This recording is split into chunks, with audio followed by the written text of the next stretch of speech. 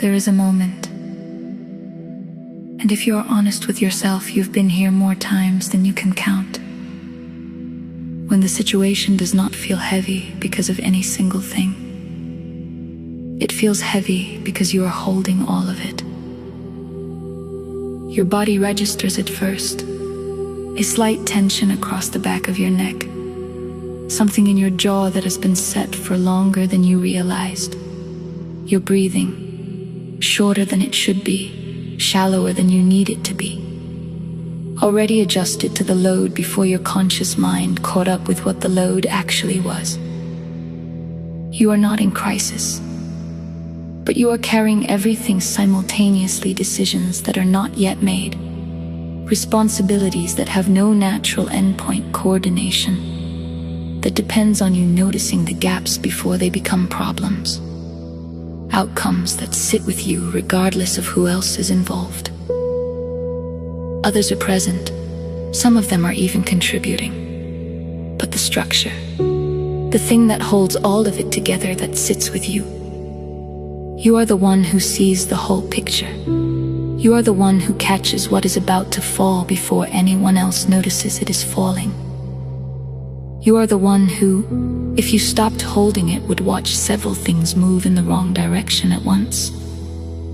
And here is what happens next, automatically, without you deciding to do it.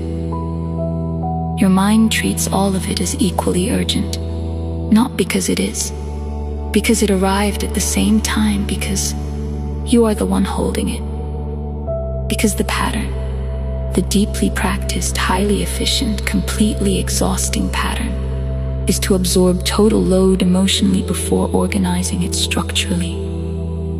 You can feel it happening right now. You are already bracing for the weight of the next hour before you have finished assessing the weight of this one.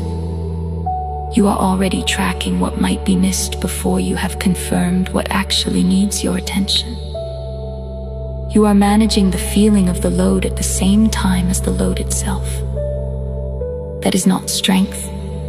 That is the most expensive way to carry responsibility that exists. Notice it, not with self-criticism, with the kind of clear-eyed recognition that changes something. Just long enough to separate what is genuinely urgent from what your nervous system has labeled urgent, simply because it arrived alongside everything else. One thought begins to surface, quietly, without drama. I do not need to carry all of this in the same moment. That thought does not reduce the load. It reorganizes it. And the difference between those two things is the difference between the person who arrives at the end of a demanding day depleted, and the person who arrives having moved through it with some clarity still intact. You begin to separate it. What needs your attention in the next 30 minutes? What can wait until this afternoon? What can wait until tomorrow? What is yours to carry? And what is yours only because you picked it up before anyone else did? And perhaps before you needed to. One decision, one action, one thread at a time. Something shifts. Not the way relief feels when a problem resolves, more subtle than that.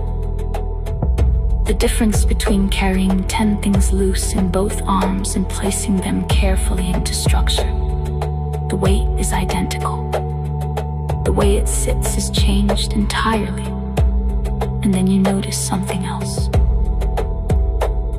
You almost went the other way. You felt the compression arriving, the familiar tightening, the sense that everything was urgent simultaneously. The beginning of the kind of overwhelm that takes the rest of the day to recover from. And you caught it before it peaked, before it became the only thing you could feel, before it became a story about your capacity. The catch, quiet, early, before the pattern completed, is the thing most people in your position never develop.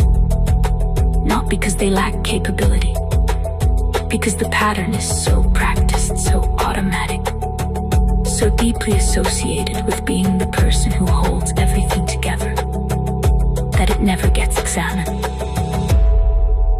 The people who carry the most are rarely undone by the weight itself. They are undone by the way they hold it. Responsibility does not need to feel heavy. It needs to be held clearly.